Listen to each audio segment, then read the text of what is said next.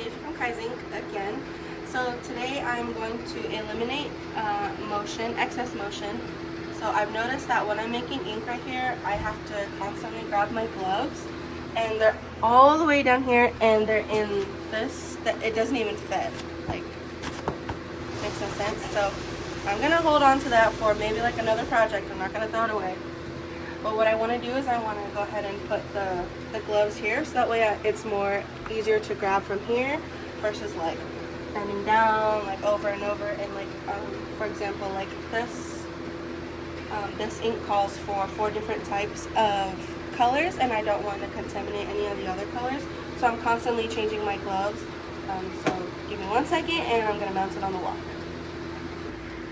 Alright, so we're gonna go ahead and grab our gloves, and then we'll be able to mix our ink a lot better with it being just right here versus like up and down, up and down, up and down. So that's it. Thank you.